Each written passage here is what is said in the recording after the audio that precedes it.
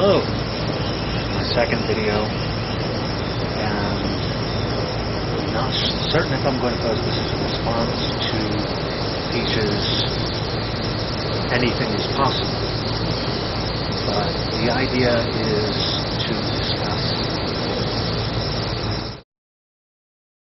The idea of this video is to discuss how we think as human beings.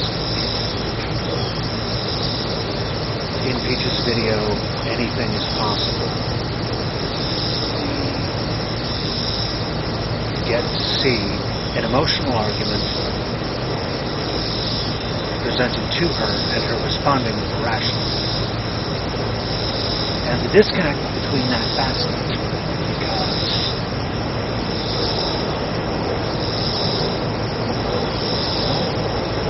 the discussion is about the universe, which we approach scientifically with our science approaches with the premise that reproducible results can educate us about the nature of the universe. Therefore, although there is not an objective frame of reality we can view from, since we cannot simultaneously view from all points of reality at once, if we can at least reproduce our results with an understanding of the conditions that these results are measured in, then we can have a rational basis for talking about what we've seen and its implications for the nature of the universe at large. And that's a powerful tool that's made this video possible, that's made computers possible, that's made all sorts of things possible. But the fundamental disconnect between the emotional and the rational is something that should concern us. By us, I mean anyone who wants to communicate in rational concepts. Because we are not rational creatures at our base.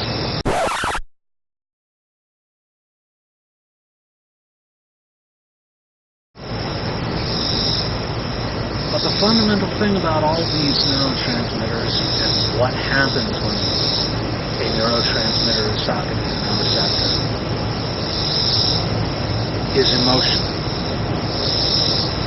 That's what our brain communicates to itself with. That's what our body, our nerve impulses coming from various parts of our body triggers emotion.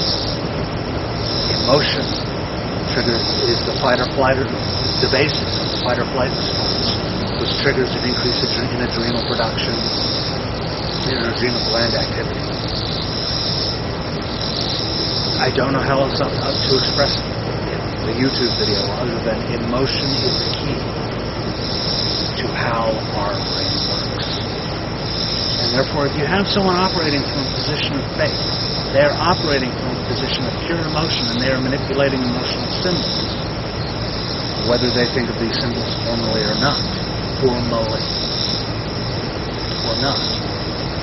And if you disregard these emotional symbols, you are effectively ignoring what they're trying to say.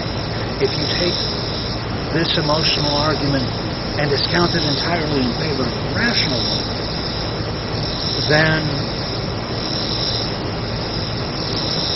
you're effectively saying, I'm not listening to you at all. Or you may be making words coming out of your mouth, but I'm going to completely disregard what you mean by them.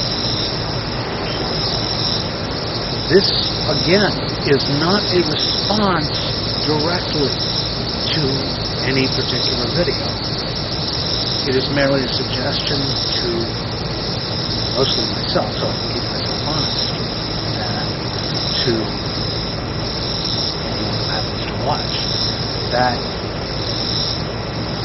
yes, you must respect the rational. You must respect what is verifiable. You must respect what is real. And in so doing,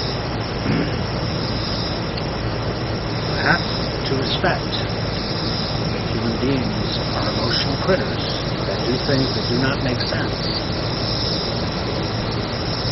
on a rational level.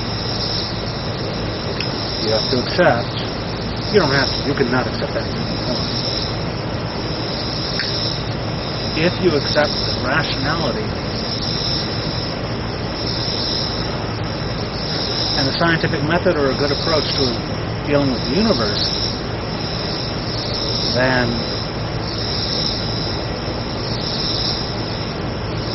I submit that our very presence here is evidence that emotions do have their own logic, that the impressions and the way, most importantly, the way they are networked within a human brain has its own internal consistency. And if you believe that someone, or if it is demonstrated that someone is holding a belief that is in fundamental conflict with reality,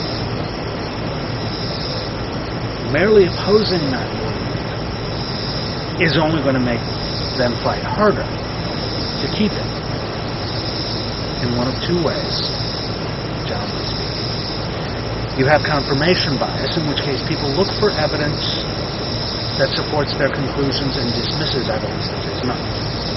And then you have the stubbornness. I think of it as the stubbornness effect, mule-headedness, where when presented flatly with evidence or a statement that contradicts something held emotionally, then you ignore it in favor of what is in your own neural network. Not because you identify it as part of yourself, but because it is a part of yourself. Not rationally, just because it is the way it is a contradiction of the way you think. So the only way to draw the venom out of an argument with a creationist, for example,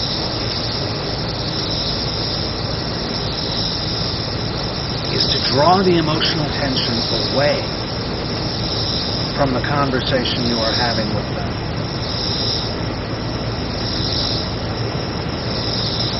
And hope that their mind, their emotions, their place,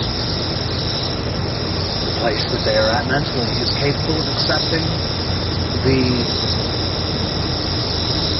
things you have to say, whether they are addressed directly or indirectly towards your chosen position.